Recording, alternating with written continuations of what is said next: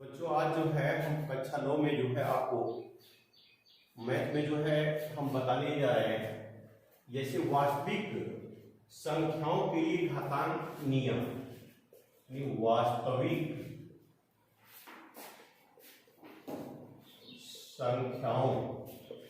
वास्तविक संख्याओं के लिए घातांक नियम। अब जो है ये नियम आप ध्यान रखेंगे जो बताने जा रहे हैं। इसे पहला नियम है इसका कि अगर a की घात अगर यम है अब गुण a की घात अगर यन है। पहला नियम है a की घात यम अब गुण a की घात यन है। तो यहां देख रहे हैं कि इसको हम बोलते हैं आधार और ये आपका जो है घात है यानी घातांक है। तो पहला नियम है कि a की घात यम गुण a की घात यन। तो देख रहे हैं कि आधार दोनों का एक है और दोनों की घात अलग अलग है और गुणा है। तो गुणा में जो है घातों को हम जोड़ देंगे यानी इसके बराबर हो जाएगा a की घात यम प्लस यन। जैसे इसका एग्जाम्पल है जैसे 3 की घात 5 है और गुणे 3 की घात 3 है।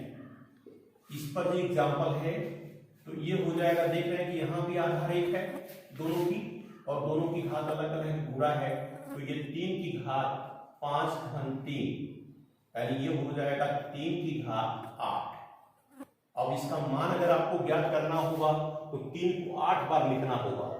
3 गुणे 3 गुणे 3 गुणे इसका 8 बार लिखेंगे इसका मान जो है आपको ज्ञात हो जाएगा। तो ये पहला नियम था और पहले नियम पर यह आधारित उदाहरण था। अब इसके बाद इसका जो है दूसरा नियम क्या है। दूसरा इसका नियम ये है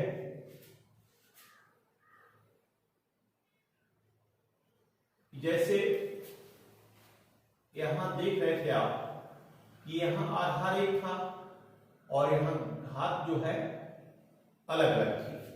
लेकिन अगर a की घात अगर यम है और यहां b की घात भी क्या है यम है। अब जो है घात को जो है हम एक कर दिए हैं और आधार अलग अलग हो गया है। तो ये जो इसका नियम होगा ये ab की घात जो है यम हो जाएगा। ab की घात यम यानी इस पर एग्जाम्पल है कि जैसे 2 की घात 2 है और गुणे 3 की घात भी 2 है। तो इसका जो मान होगा 2 गुणे 3 की घात 2 हो जाएगा यानी 3 दूनी 6 हो जाएगा 6 की घात 2। अगर इसका मान पूछता है आप तो 6 गुणे 6 कर लीजिएगा यानी 36 आएगा। तो ये जो दूसरा जो आपको नियम बताया गया तो उस पर ये एग्जाम्पल आपको बता दिए। अब इसके बाद तीसरा नियम है कि अगर a की घात अगर यम है और इसकी घात भी यम है यानी घात की भी घात है तो घातों का आपस में गुणा कर देते हैं यानी a की घात हो जाएगा यम n। अगर घात की भी घात होती है तो घातों का गुणा कर देते हैं। जैसे 3 की घात 2 है इसकी घात भी 3 है तो यहां आपका हो जाएगा 3 की घात 2 गुणे 3 यानी 3 की घात 6 हो जाएगा। ये जो आपको नियम बताया गया इस पर ही एग्जाम्पल है। तो 3 अगर मान पूछता है तो 3 की घात 6 है तो 3 को 6 बार लिख दीजिएगा तो इसका मान जो है निकल जाएगा। तो ये आपका तीसरा नियम है। और चौथा नियम इसका है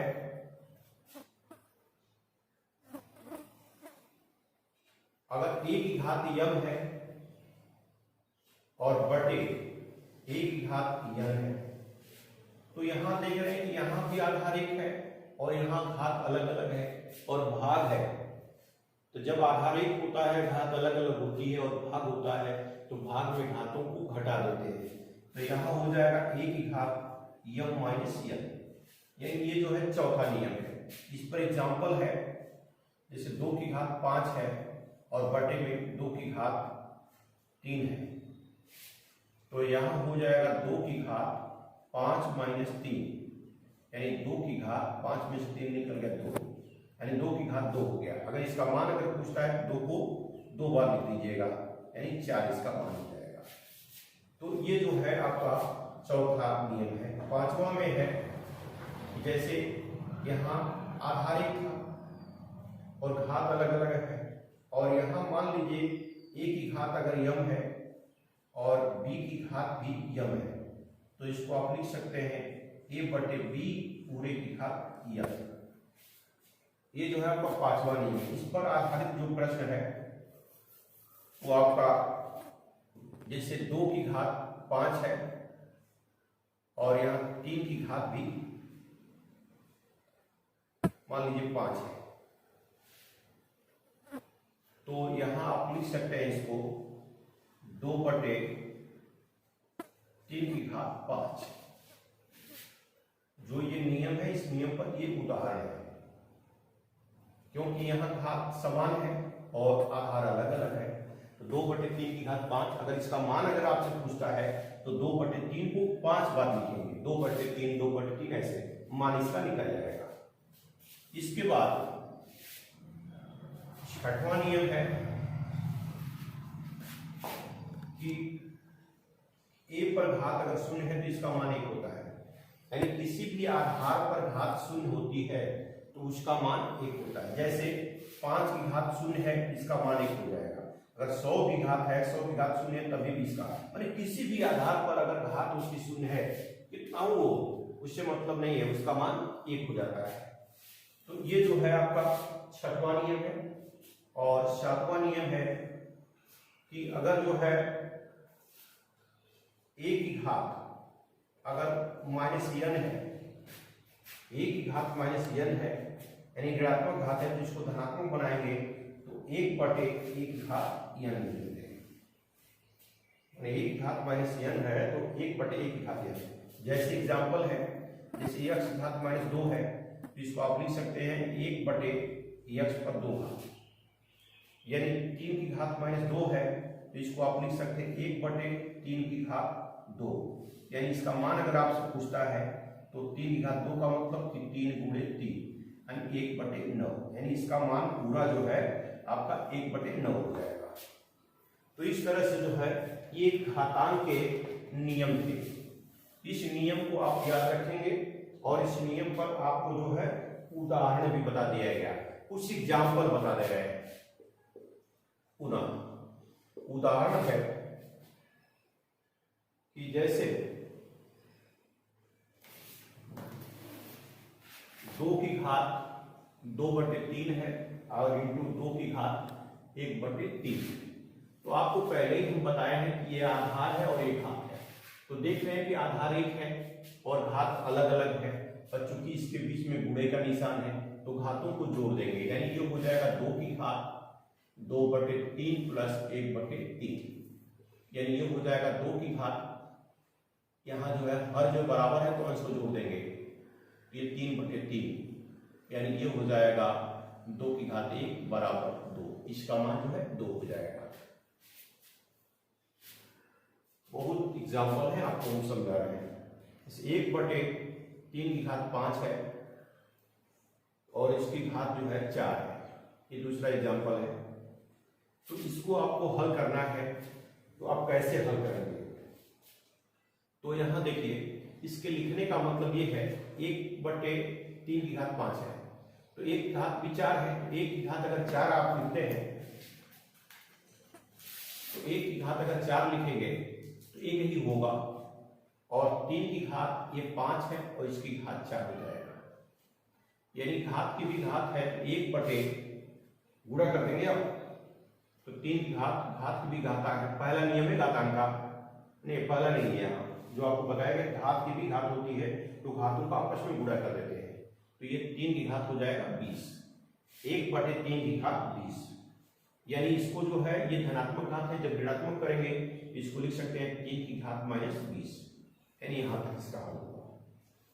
और सूत्र इस पर जो है वही लागू हुआ है कि 1 बटे 1 की घात n बराबर 1 की घात -n, इस नियम पर इसको किया गया है।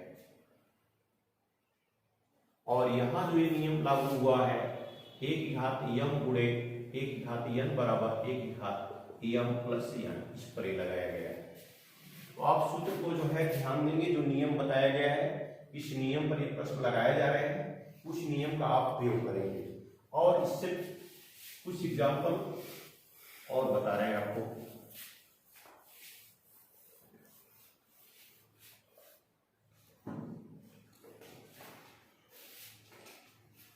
जैसे 7 की घात 1/5 है और 7 की घात 1/3 है। तो यहां देख रहे हैं कि आधार एक है और घात अलग अलग है और भाग है। तो नियम आपको बताया गया था कि घातों को घटा देते हैं। तो 1/5 माइनस 1/3, यानी ये नियम आपका है 1 की घात m बटे 1 की घात n बराबर 1 की घात m माइनस n, इसी फार्मूले पर लगेगा। तो यहाँ 7 हो जाएगा, 5 और 3 का लघुत्तम जो है 15 हो जाएगा, 5 दिया 1 15 और 3 5 15। तो 7 की घात माइनस 2/15 हो गया। 7 की घात माइनस 2/15 हो जाएगा। अब चूंकि ये ऋणात्मक घात है तो इसको जो है हम धनात्मक भी लिख सकते हैं या ये नहीं करके छोड़ देंगे तभी भी हो जाएगा। तो 7 की घात माइनस 2/15 हो गया। फिर एग्जाम्पल अगला है कि 13 की घात 1/5 है और यहाँ 17 की घात भी 1/5 है।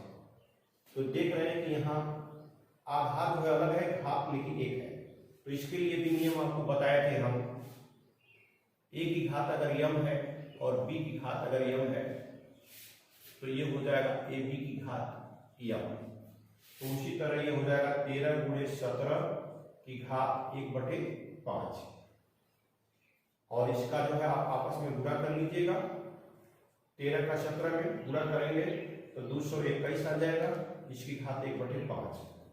इस तरह से जो है ये घातांक के नियम है और इस पर आधारित आपके प्रश्न है। और चूंकि कुछ और याद तो बता रहे हैं इसमें,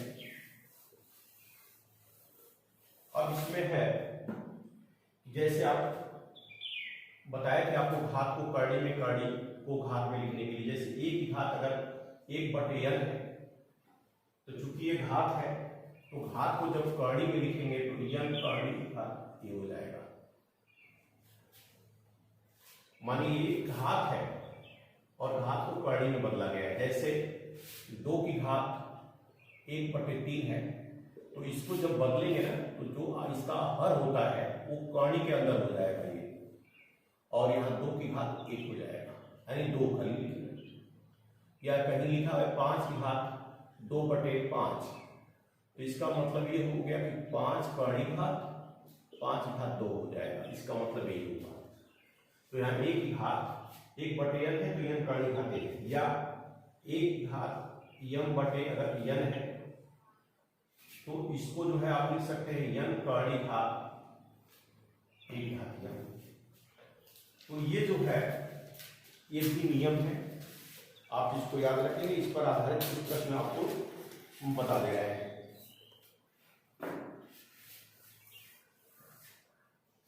अब यहां जैसे करड़ी में 5 की घात -3 है और करड़ी में 2 की घात -3 है। यहां आपको ये उदाहरण है, इसको हम बता रहे हैं आपको। अब चूंकि आप ध्यान देंगे करड़ी में 5 है तो करड़ी में कहीं भी करड़ी में जैसे यक्ष लिखा है तो इसका मतलब यक्ष की पावर 1/2 हो गया। करड़ी में अगर 3 लिखा है तो 3 की पावर 1/2 हो गया। ये आपको मालूम होना चाहिए। तो करड़ी में 5 है इसका मतलब 5 की घात 1/2 हो गया और इसकी घात -3 हो गया, और यहाँ भी 2 की घात 1/2 की घात -3 हो गया। तो अब यहाँ जो है ये देख रहे हैं घात की भी घात है, घात की भी घात है। ये वाला जो नियम है a की घात m की घात n बराबर a की घात mn, इस फार्मूले पर। तो ये गुणा कर लेंगे 5 घात 1/2 में -3 का गुणा कर लेंगे, 2 की घात 1/2 में -3 का गुणा कर लीजिए। ये 5 की घात -3/2 हो जाएगा और 2 की घात -3/2 हो जाएगा। अब इसके बाद आपको नियम बताया गया है फिर पुनः कि अगर एक जैसे आधार जो है दोनों का अलग अलग है लेकिन घात एक है, तो जैसे a की घात अगर यम है अब गुणे b की घात अगर यम है तो ab की घात जो है यम हो जाएगा। उसी तरह यहाँ 5 गुणे 2 की घात -3/2 यानी ये 10 की घात -3/2 हो जाएगा। अब यहाँ जो है 10 की घात -3/2 हो जाएगा, तो इसको जो है ये ऋणात्मक घात है तो इसको धनात्मक बनाएंगे, तो ये हो जाएगा 1/10 की घात 3/2। 1/10 की घात 3/2 हो गया। तो इसको फिर आप चाहें तो लिख सकते हैं 1/10 की घात 3 की घात 1/2, यानी ये हो जाएगा 1/10 घात 3 का मतलब 10 गुणे 10 गुणे 3 बार करेंगे तो 1000 की घात 1/2। इसको चाहे तो आगे ये लिख सकते हैं 1/1000 की घात 1/2, यानी ये हो गया आपका पूरा का लिख सकते हैं आप 1/1000 की घात 1/2। तो यहाँ जो है इसको जब लिखना होगा तो ये भी आप लिख सकते हैं 10/4 0 हो जाएगा क्योंकि 0 से 0 कट जाएगा, तो 1/2 इसको लिख सकते हैं। तो फिर यहाँ हो जाएगा ये 10 की घात 1/2 और यहाँ 4 0 इसकी भी घात 1/2 हो गया। तो यहाँ 10 की घात 1/2 हो गया और यहाँ 10,000 की घात 1/2 हो गया। तो इस 10,000 को आप लिख सकते हैं 10 की घात 1/2 और इसको लिख सकते हैं आप 4 0 है तो इसको जो है 100 की घात हम 2 लिख सकते हैं और इसका 1/2। तो फिर वही नियम आ गया कि घात की भी घात है तो घातों को आपस में गुणा कर देंगे, 2 गुणे 1/2 इससे कट जाएगा तो 10 की घात 1/2/100 ये जो है इसका मान आ जाएगा। तो इस तरह से जो है इसको आप हल करेंगे। एक और एग्जाम्पल इसके लिए,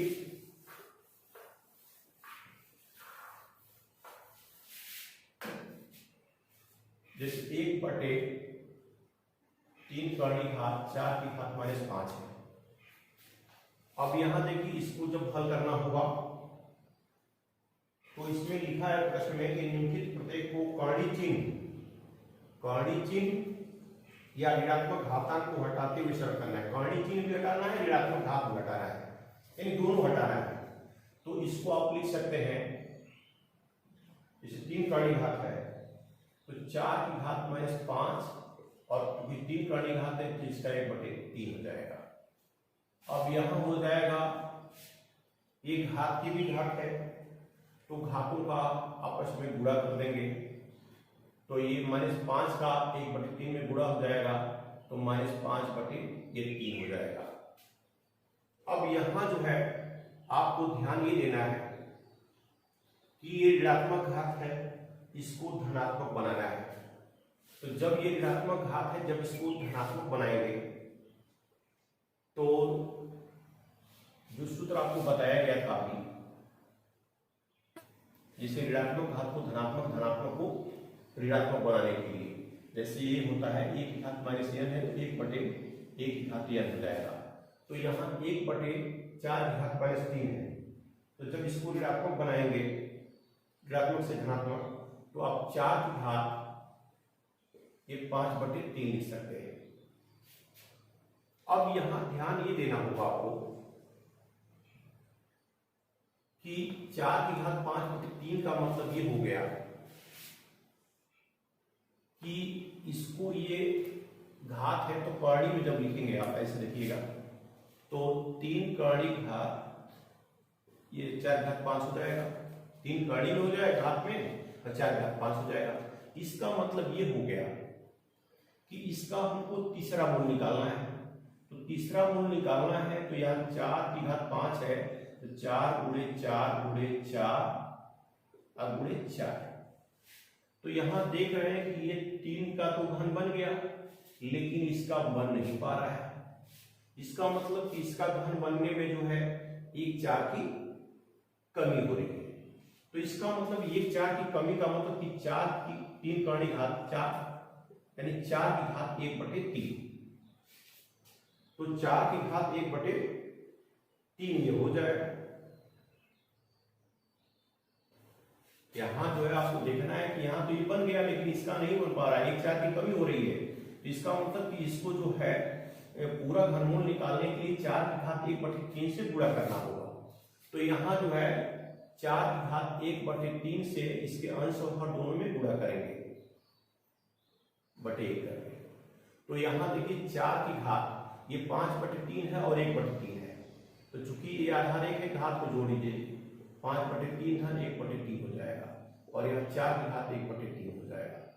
तो यहाँ हो जाएगा 4 की घात 5/3 6/3 हो जाएगा, और ये 4 की घात 1/3 हो जाएगा। तो 3 दूनी 6 यानी 4 की घात 2/4 की घात 1/3। तो 4 की घात 2 और ये 4 की घात 1/3 हो गया। तो यहां जो है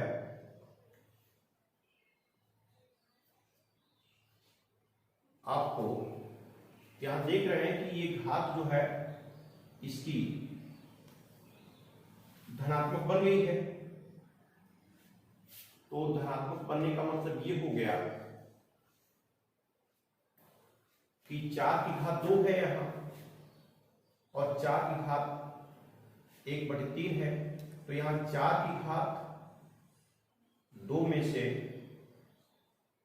1/3 घटाएंगे, क्योंकि आधार एक है तो घात अलग अलग है। तो ये घटाएंगे तो 4 की घात 2 में से 3 दूनी 6, 6 में से 1 यानी 5/4 5/4 हो गया। और इसका मतलब चौथा मूल निकालना है इसका भी। तो चौथा मूल जब निकालना होगा तो इसके लिए भी जो है ये 4 की घात 5/4 है,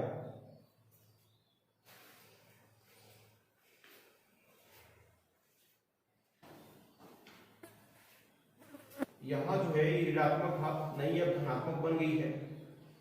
तो इसको आप लिख सकते हैं जैसे 1 में अगर 2/3 जोड़ेंगे तो 3 एकम 3 2 5 3 होगा। तो ये 4 का 5/3 होगा यहाँ घटाने में। तो ये 1 धन 2/3, तो इसकी घात को अगर अलग अलग लिखते हैं तो 4 की घात अगर हम चाहें तो 1 × 4 की घात 2/3 भी लिख सकते हैं। इस तरह से इसका मान लिया जाएगा, यानी धनात्मक का चाहे जितना ही करके छोड़ देंगे तभी भी हो जाएगा। तो इस तरह से कोई भी अगर कौड़ी दिया हो तो कौड़ी को हटाते हुए और ऋणात्मक घात को धनात्मक घात बनाते हुए इसको जो है आप हल कर सकते हैं। तो हमारे समझ में आ रहा है कि आपको समझ में हमारी बात आ गई होगी, और इस पर आधारित प्रश्न आपको प्रश्नावली दिया जाएगा। जो आपको समझ में नहीं आता है आप पूछ सकते हैं, अगर समझ में नहीं आएगा तो फिर आपको हम बता देंगे। धन्यवाद।